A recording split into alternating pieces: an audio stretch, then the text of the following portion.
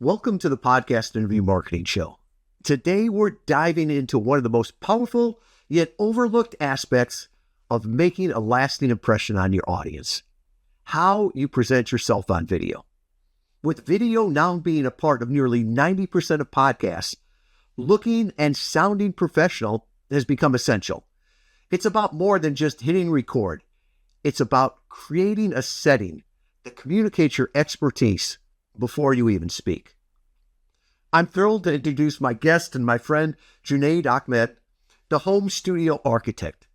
Junaid has helped countless professionals set up their studio that exudes credibility and professionalism. Today, he'll share his step-by-step guidance, from easy lighting fixes to full studio setup. Whether you're looking to improve your video calls or build a studio that boosts your personal brand, Junaid Insights will be a game changer. Let's dive in.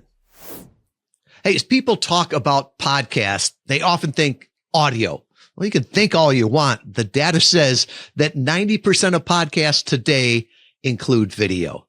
You got to sound good. You have to look good. And the person that I always refer to learn from this is my friend Junaid.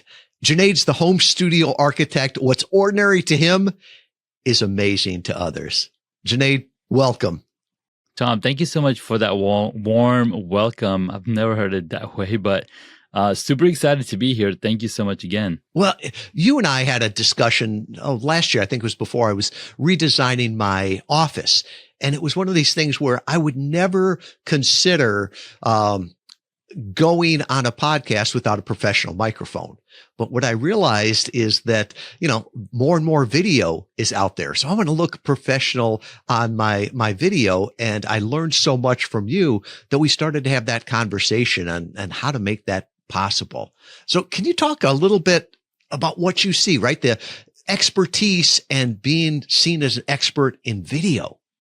That's an excellent question. And you're absolutely right. It's 90% of podcasters that are coming on, a lot of the video is involved because not only are we so used to video content by watching movies and TV shows, why not your podcast use that same medium that not only engages with the audience, but then they also get to know who you are and what you stand for from the expertise that you display.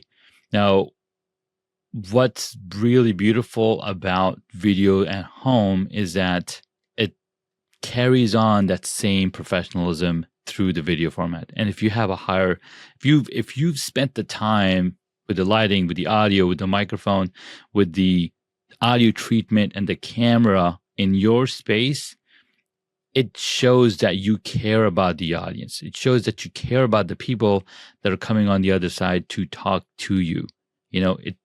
It's a double-edged sword almost, if you say so. And I remember reading a book years ago called The New Leadership Literacies. Johansson out of Stanford wrote it. He's a futurist. And he pointed out how audio is great because people just listen to the content. But video, he called it, you could be discriminatory with it. So when you see somebody, you can say, they don't look professional. They look professional. It looks dated, right? We can all look at Zoom calls and recordings and go, oh, that was pre-COVID. So often I will tell people or advise them, it may be adequate today, but what if somebody looks at your video in the future, a year from now or 2 years from now? You don't want them to look at it and laugh because the quality is so low. Absolutely. And you made a really great point about people pay attention to the audio. And the beautiful part about the audio alone is that they actually did a study. They had an audio recording of the same lecture on a low quality audio versus a higher quality audio. And when they did the survey, people thought that the recording with a higher quality audio, that the guy was more intelligent, because they could actually make sense of all the things that he was saying, as opposed to trying to figure out what those words meant because of the audio quality being low. So it's the same then transfers over to the video aspect of it, right? You have the lower quality video, you have lower quality audio. People aren't going to stick around because guess what? They have a lot more options. They have a lot more other high quality content that they're going to be attracted to go listen to those experts as opposed to the video with a lower quality. Yeah. And, we talk about podcasts, but I think this goes for any call, right? I can think from my experience being on a sales call, and I can remember one day I was talking with two coaches, right? The first one I talked to, he had his laptop on his lap. I was looking up his nose as we're talking, and there's this halo around his head from the backlighting. He looked like he was in the witness protection plan, right? The next person, it was a very nice professional background, right? It was good lighting, good video. And I looked at that and said, I don't know which one is the better coach, but I tell you which one I'm hiring, right? One of them looked professional. One of them looked very, very amateurish. And so is it right or wrong? I don't know, but we make judgments very quickly.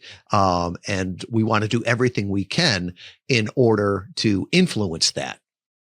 100%. One of the things that I recently learned and we all have heard of Mr. Beast and his successes on YouTube. He spends about the same amount of time on the thumbnail of his videos as he does on the video alone. That alone goes to show when people say don't judge a book by the cover. Well, guess what? We all judge a book by its cover, and for the space that we are in as podcasters, we're all judging, even though we don't want to judge. We are all judging, and yes, if you are really popular, like Jim Rohn or Tony Robbins, you will forgive the bad quality of video because you already know who they are. They've made that brand awareness for them. But for somebody like you and I that are just stepping into the stage, we might have been speaking on podcasting for a while, but for the majority of people, they don't know who we are. So the quality of our video then transfers that authority over so that they were like, okay, this guy clearly spent some time in crafting this message, crafting this video. I'm going to pay attention to it. Most people at this point will start jumping into, well, here's the camera to buy. Here's the lighting to buy. Can we talk about like presence and background? What are the things that you can do right now with the setup and equipment that you have? Because, the cameras, if you don't use them correctly, if you look like a slob, you'll just look like a higher definition slob. Absolutely, 100%. And you're absolutely right. People jump and ask me this question all the time. Oh my God, what camera are you using? It looks so nice. I'm like, well, here's the camera that I use. And then here's a microphone that I use. I'm like, no, don't worry about the microphone and the lighting and everything else. I just want to know the camera. And they go and buy that camera and they come back on like, hey, I got the camera, but I don't look anything like you.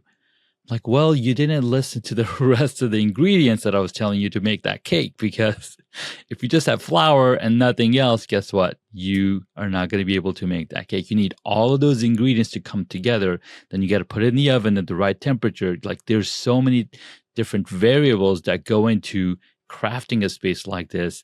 Just getting the camera is not going to do it. So let's talk about the background, because I see that so often where people, the background detracts from what they're talking about, or it's so sterile that, it looks like they're calling in from solitary confinement. What should you think about in your home office studio? Because, it's still your home. It's still your office. I don't have a separate room in my house that's the studio. 100%.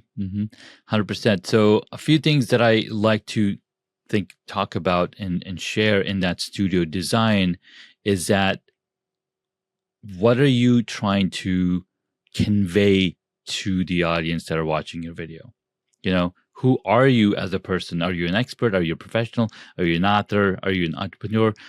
Do you work in a specific industry? So those elements should be present in your studio space. So as soon as somebody sees that image, like we say, a photo is 1,000 words, equal to 1,000 words. That's exactly what we're setting up. That first image that they see of you, they're going to exactly know who you are. They're going to know where you come from, what audience you serve. And we can actually see a ton of these examples if you just watch the sports channel for maybe 10 minutes, right? You'll see all of the people that are coming on. They have helmets in the background. They've got footballs in the background. They have medals. Like all of these people, they're in the sports industry. They're talking about sports and they've had lived experiences in that sports space. So you're going to see all of that in that background. And immediately you're going to know who they are without even seeing their name, without even seeing all of this stuff. And if you go to the financial industry, you'll see the same kind of thing. What do you see in their backgrounds? You'll see these charts. You'll see, data charts and whatnot. So again, depending on which industry you're in, you want to highlight that in your photograph that people will take a screenshot of. So those are some of the things that I like to teach and talk about. Like, hey, you want to, again, give that message immediately, because that sound is going to take a few minutes, but our eyes capture that image immediately as they see it. So those are some of the things that you want to look at when you're setting up your stage. So let's talk about my background and your background, right? I apologize if somebody's just listening, but my background, I've moved it around a little bit. I typically put some books by clients or ones that are meaningful to me in the background. I used to have my bookshelf directly behind me, and the problem was it got so busy. People were spending more time looking at theirs. Now, you've got your camera set right now for the depth of field, and I love how the background is a little bit more, it's out of focus, right? Talk about the differences on that. Absolutely. So the depth of field or the focus or the blurry background is actually a functionality of the camera and the lens that you're using, right? So it's physics.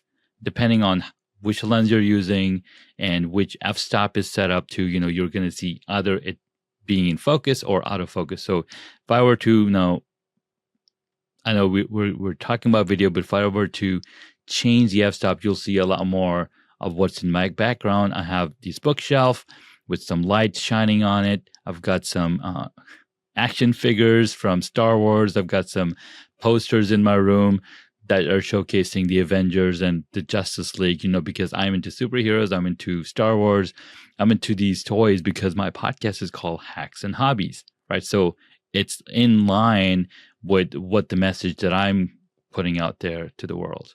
Yeah. And I love that. So you can, you can blur the background or you can not blur the background really on how you want to present there. Yeah. So what are some easy upgrades people could think about or do to improve, right? Let's go from the easy stuff to the whole studio redesign. 100%. So the first thing that you want to focus on is lighting, right? And the reason I say the first thing, lighting, is because understanding that you're already podcasting and you've already paid attention and purchased a good microphone. So discounting that, make sure that you have good lighting so that no matter which camera you have, it can see you properly. Why do we all prefer to work in the day? I mean, we literally have the entire year set to daylight savings so that you have additional hour of daylight because we like light, we can see things. Well, guess what? The cameras want to see where you're sitting and, be viewable easily. So getting good lighting is the number one thing.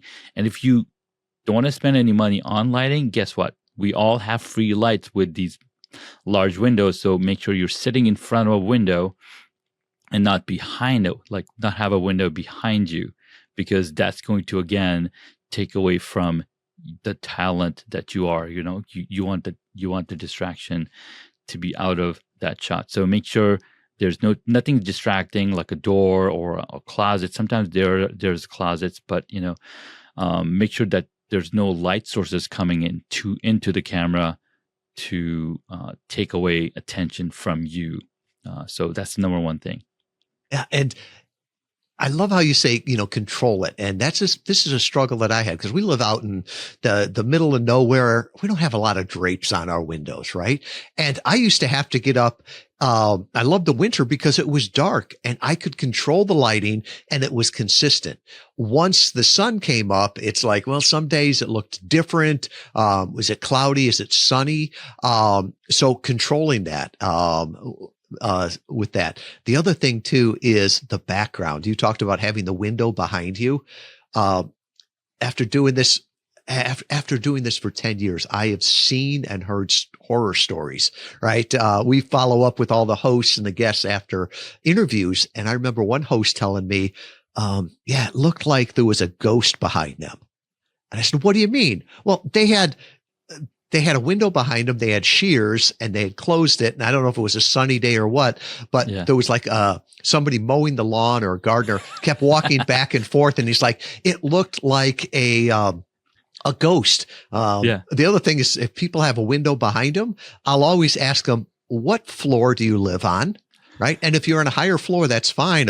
There's an interview one time where somebody was, in this corner office, right? It was beautiful, glass behind him. It looked out like a parking lot out there. Well, as they're recording it, he didn't pick it up. The host didn't pick it up, but listeners did, that two people got in an accident in the parking lot and they started to go at it like they were, in a high school fist fight. You don't want to have surprises. So controlling that background, I love that. Yeah, 100%. Because like you said, it makes for a pretty cool backstory. I was recently watching this YouTube video where this guy's playing bucket drums. And he's like really good at this. Like he's got like 4 buckets in front of him and he's just got a camera on him. And in the background, this lady starts dancing to the beat, like right on the beat. And this guy, he's drumming. He didn't even notice her dancing. So when he looked at the video, I'm like, oh my God, I should have seen her, dancing to this beat. So cool. So again, it became another piece of content for him to use as a video, to share. But again, it was an open environment outside a public environment. So you're going to find some cool things. But the story that you mentioned is probably not something that you want in your videos as a podcaster. You don't want to be famous for that. So, the placement of the camera, right? The most honest person in my life is my 2 youngest daughters, right? And they remind me, Dad, raise up the camera. Nobody wants to look up your nose or at your chins. So talk about where the camera should be and then where your eyes should be. Absolutely. So the camera should always be positioned at eye level. So when you're sitting in your chair, figure out how high your eyes are and then, measure it from the floor and then put the camera right across from you with the same kind of height adjustment so that your eyes are right in the level of your camera. Now, the reason that we want to do this is because, and this is something that I recently noticed. So I was at an in-person event, had this podcast set up recording for other people, and this couple came in. Maybe they're business partners. One of them was short, probably 4'5" or 4'8", and the gentleman was probably 6'1". But when they sat down on the chairs next to each other, there's barely a couple of inches difference of their heights. I'm like, holy smokes, that's insane because our torso body length or height is about the same for all of us, no matter how tall we are. So you want to place that camera right at the eye level so that you're sitting eye to eye in front of, next to the person in front of you, having a conversation at a level playing field. That's interesting. And it's like everybody's the same height on Zoom, right? You meet somebody in real life and it's like, wow, I thought we were both the same height. But that idea of if you are at eye level, if both people are at eye level, you look the same height. Whereas, you could be a foot taller than me, but if you're lower in the frame and I'm higher in the frame, people will just assume, well, Tom used to play in the NBA. No. Sure. So, other things in there. Where should you be looking during a conversation, during a podcast recording? Look at the blackness of that lens, because that's where the viewer is looking at. That's where the people are. And there's lots of different tips and tricks that you can do by placing a photo next to that camera lens, or placing your zoom window up really close up to the top of the frame. So you can, look down real quickly to the person you're talking to. But again, looking directly into that lens is where I recommend, like whenever you're responding, or even when you're listening, you want to keep looking at that lens. It will become a habit over time. And I know it's super, super hard. Like right now, you're on my periphery right now, in my secondary monitor over here. And I have all those monitors turned off. But in the secondary monitor here, so I can see you in my periphery, but I'm still looking directly into the camera lens because I want to make eye contact with you and the post recording, because that's what we're building all of this content for. Yeah. And think about that as you look at professionals, right? You watch the national news, even the local news, they're looking at the camera. And then all of a sudden you get on a podcast and somebody is looking at the center of the screen here, and you know what they're doing, but it looks weird.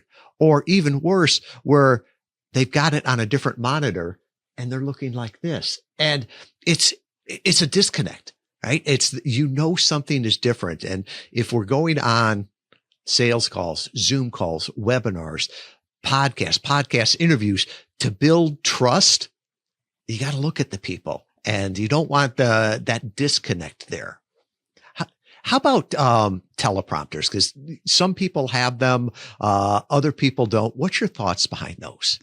I love teleprompters. Now there's a mixed methodology behind the teleprompter. So on TV studios and in big commercial places where they do use a teleprompter, the speaker can't see themselves or the guest. They just see the text that they're reading off of.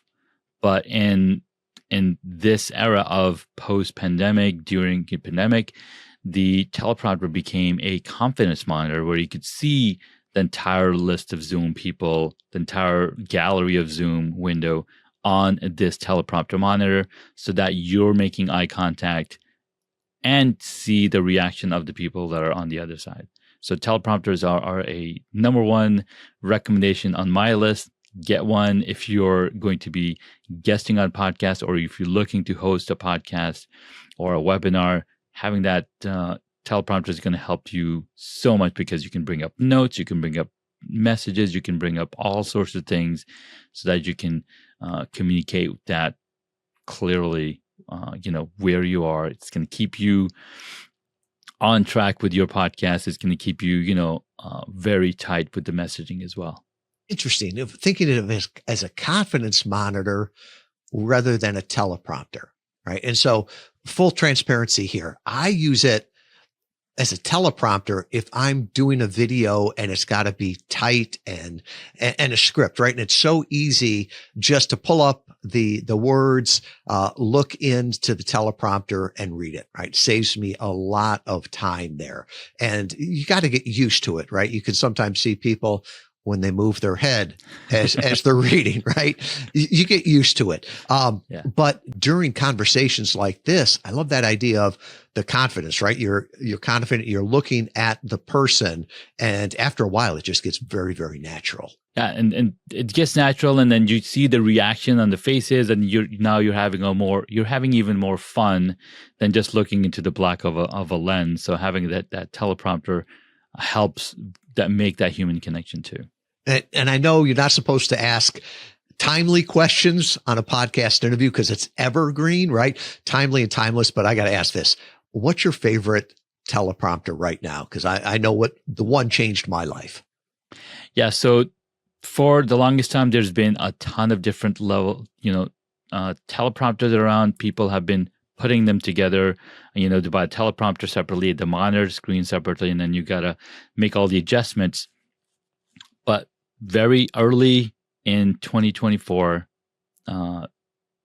Elgato released the teleprompter product, which comes completely integrated with the screen and the glass mirror, and all you gotta do is just bring in your camera, webcam, or a DSLR camera on there, and it's very much, it's a lot easier to use than it was before. So yeah, that's the most recommended product for 2024, and it's going to continue to be a very well recommended product because of the confidence that it brings in your video content. Yeah. And it changed my life when I got one, because before I had a teleprompter, but it was, a big studio one, and, it was expensive.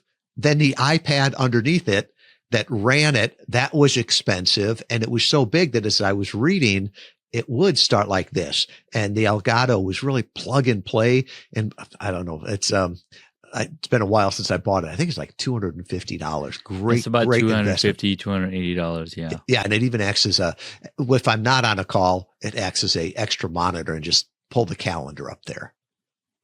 All right. So we talked about the easy fixes, right? Let's talk about the ones that are more involved. And before we get to cameras, where everybody wants to go, let's talk about the office, the setup, right? I did mine last year during the holidays because I knew it wasn't just moving things a little bit. It was pulling cables out and putting it all back.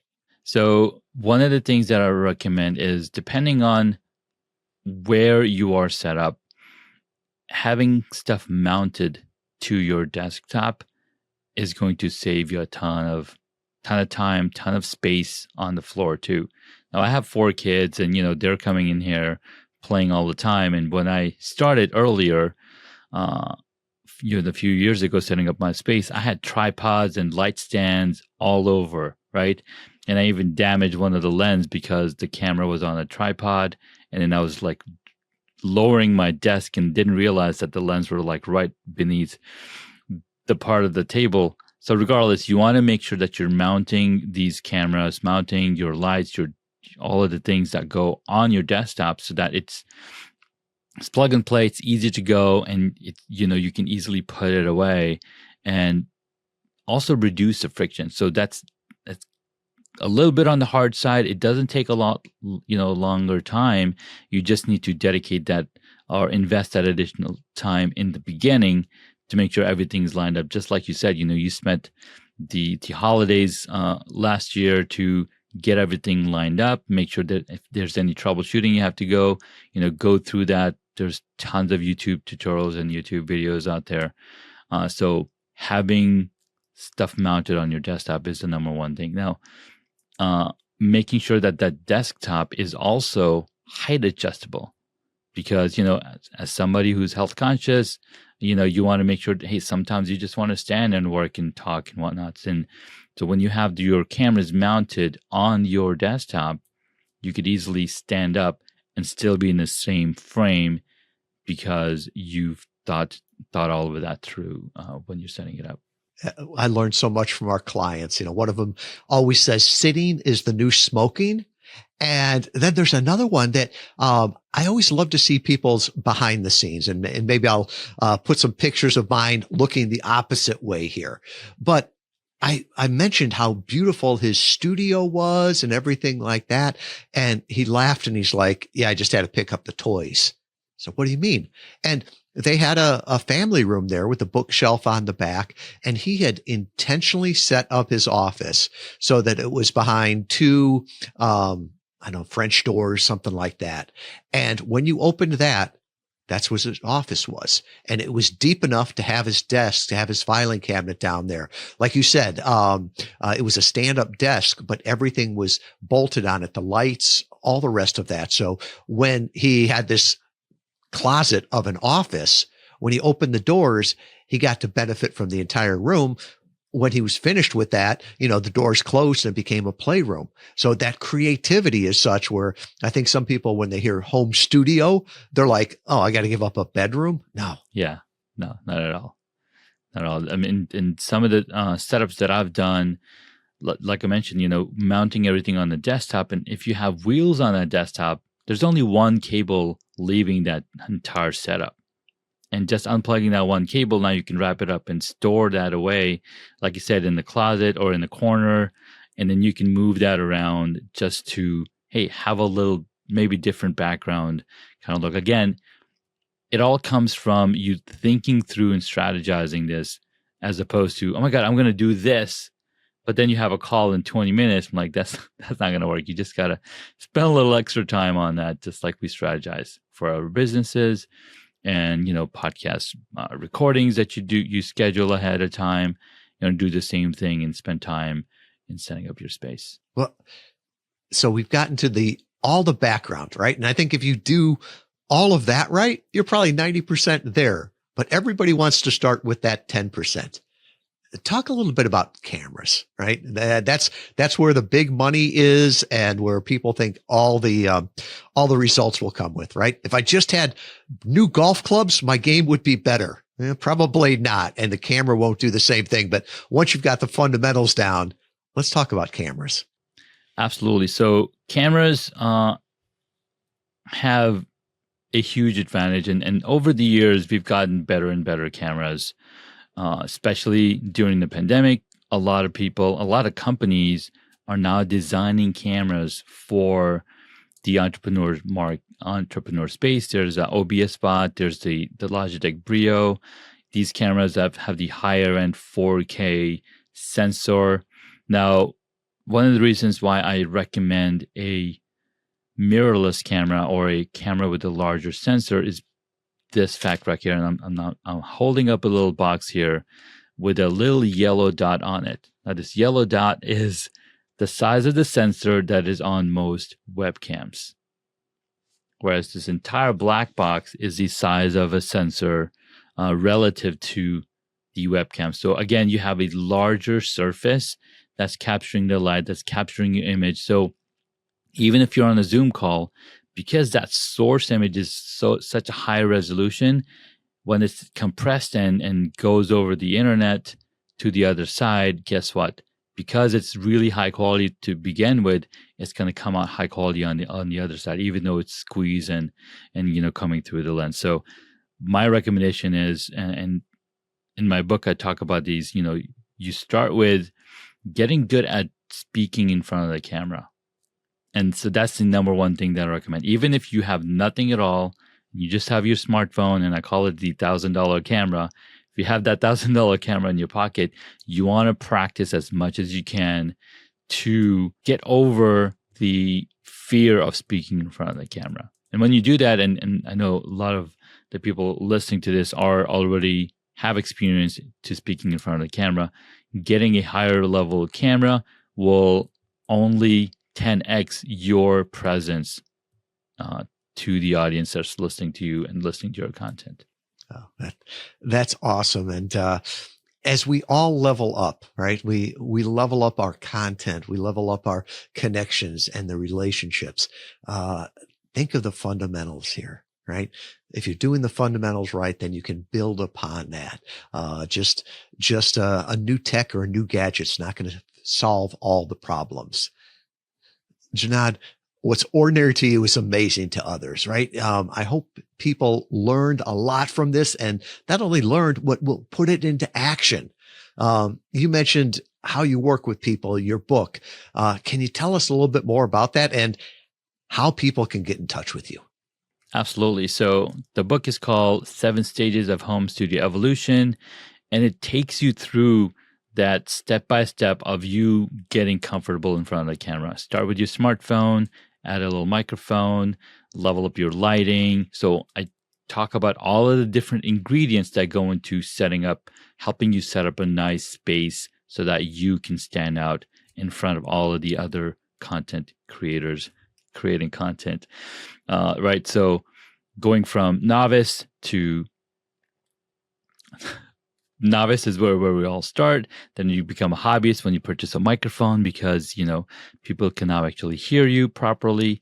Then you go to enthusiast when you add a camera, and then, the lighting, the audio treatment, all of those things. So as you're going up the ladder, you're also getting comfortable using all of these technologies. There's a there's a term that Myron Golden uses called mastery stacking. And what he gave an example of, like, if you grab a guitar and learn all of the different chords that are on the bottom E string, if you learn that and you spend the entire day learning all of those chords, now you know all of those chords. Then the next day you go to the next string up. So you're stacking mastery over mastery, and then by the time on the 6th day, you've mastered the entire guitar and the entire fretboard. I'm like, wow, that's pretty interesting. So the same way you're mastering one thing at a time, and then you're stacking on top of that. Now you're growing slowly, and now you've mastered all of that in the 7 days, or the different stages. How I work with people, you can head on over to homestudiomastery.com, where I've got a 4-point assessment, free assessment that I'll help you realize, okay, what are you missing? What can you do right away without spending a lot of money to level up your space and get good at speaking in front of the camera? So those are the 2 different things that you can get access to: homestudiobook.com or homestudiomastery.com. Take your expertise to the next level, right? So when somebody hears you on that next Zoom call, when they see you on that next webinar or that next podcast, they're like, this is an expert that I want to work with. Thank you, Junaid. You're welcome, Tom. Thank you so much for having me. Thank you to Junaid Ahmed for joining us today and sharing his expertise on how you can create a home studio that speaks to your professionalism. I hope you caught some of those key takeaways. Start with what you have. Control your lighting, and don't overlook the background. Every detail you see on screen matters to your viewers. If you're ready to up your game, try out some of the simple steps he shared. If you're really serious about taking this to the next level, check out Junaid's 7 stages of home studio evolution for a comprehensive guide. When you show up well on video, you're not just building a connection, you're building trust. Don't forget to share it with someone who might need help setting up their home studio. See you next time.